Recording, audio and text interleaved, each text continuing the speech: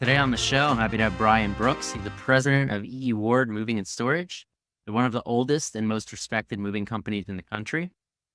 So, Brian, what's the current revenue of the business? Over 10 million. And how many employees does it currently have? We're a very seasonal business, so a safe number for us is between 40 and 45 employees. And from looking at your background, what year was the company founded? Company was founded in 1881 by John T. Ward and his son William S. Ward. So, has it stayed in the family over the years, or has it changed hands? But 4 generations, so for 120 years, the company was owned by Ward's family members, sons and grandsons and great grandsons of John T. Ward. And then in 2001 is when it left the family ownership tree.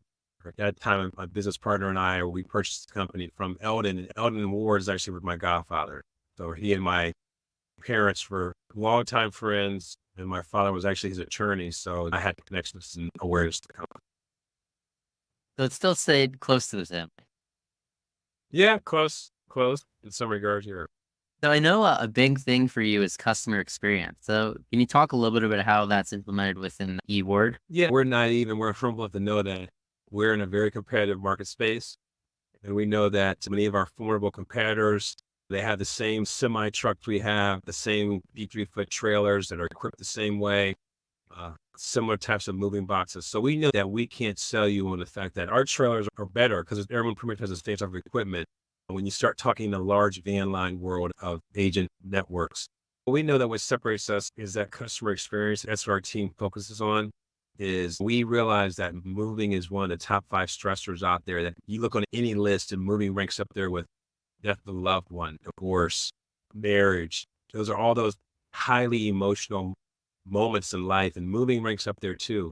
So we know that the best thing we can do is make a person's move as stress-free as possible. So we put a lot of energy and resources into that customer experience. So, what does that customer experience look like as far as what you're doing to contribute to it? But yeah, it's very thoughtful as far as the resources that are available to the customer. We pretty much have our sales cycle is we're going to have a salesperson that first engages that customer where they're making proper assessments. And then that customer then books. They're then assigned to a move coordinator, basically a customer service representative, who then takes them through the next steps. And then the customer service representative is in sync the next person in our connection, which would be our operations department. And operations, again, this whole time is happening. This information flow is flowing through our CRM system, through our enterprise system of what's the date of arrival, what's the expectation for the service, times, dates, who the right people to call, all those types of expectations. And then it allows our operations to successfully dispatch that to our drivers and teams so that we go, because the worst thing we can do is show up somewhere and we not insure someone, but they have the assurance that we know what the job is that they may have talked to someone about 2 months prior.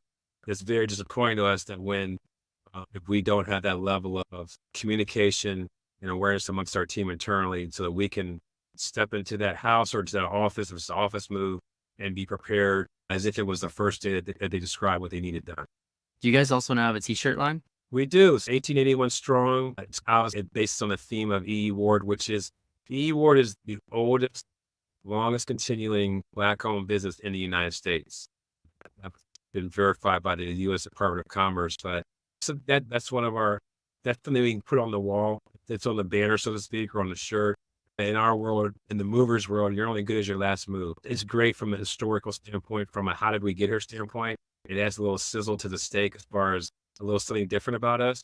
If nothing less, we hope that it portrays to a customer that we're going to be here. We've been here for 143 years, and 10 is to be here for another 100 plus. And we know, obviously, in the service sector businesses, reliability means a lot. You're selling your credibility, you're selling your reliability, you're selling your dependability. So we hope, if nothing less, we advertise the 1881 strong, the whole effort and initiatives, that our customers understand that we're not just doing this for a summer or for a year or two, and then we move on to something else. This is what we do. And speaking about focusing on what you guys are really good at, I know you have a little bit of a failing success story around this during the mortgage crisis and then eventually in COVID and how you were able to sustain through those hard times.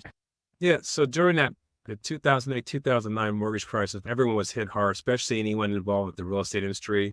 And we're in that industry, the mortgage brokers, the home inspectors, the roofers, everyone involved that touched the house. Obviously, that was a big impact on anyone in the industry. Obviously, realtors being at the forefront of that and banking.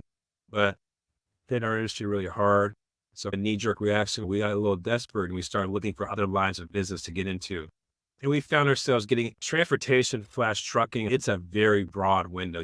There's delivery services, there's long distance hauling, there's less than truckload. You can haul things from a Pepsi bottle to an engine. There's all kinds of things you could be doing, or you could be hauling household goods.